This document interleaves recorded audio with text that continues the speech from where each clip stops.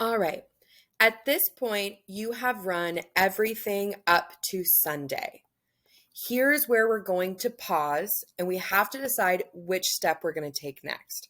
For the purposes of this video, I am going to go ahead and assume that we are creating the projection boards or the production boards for the week.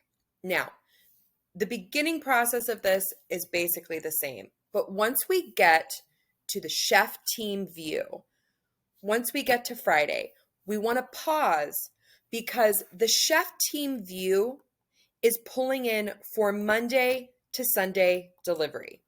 The packing team view is pulling in for Tuesday through Monday delivery, which means that they need two different Mondays in order to accurately represent what is happening from Monday to Sunday.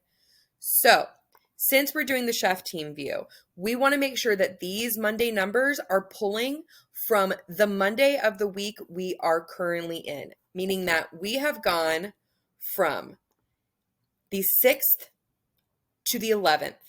And now instead of entering numbers for the 12th, we're going to go back to the 5th. And we're just going to double check that these numbers have been entered correctly. So we're going to go down this line, do everything like we have been doing. Theoretically, this should be pretty much the same if you haven't touched this since the last time you ran this, because later on we will update this Monday to be the Monday following this Sunday. But as it currently stands, we're just going to keep it the same for the Monday that it was, and then we'll go forward from here. Again, this is your next step if you are creating the production boards or you're creating the projection boards, because these need the chef team view. If you're creating the cover sheets, just go ahead and go to the next step.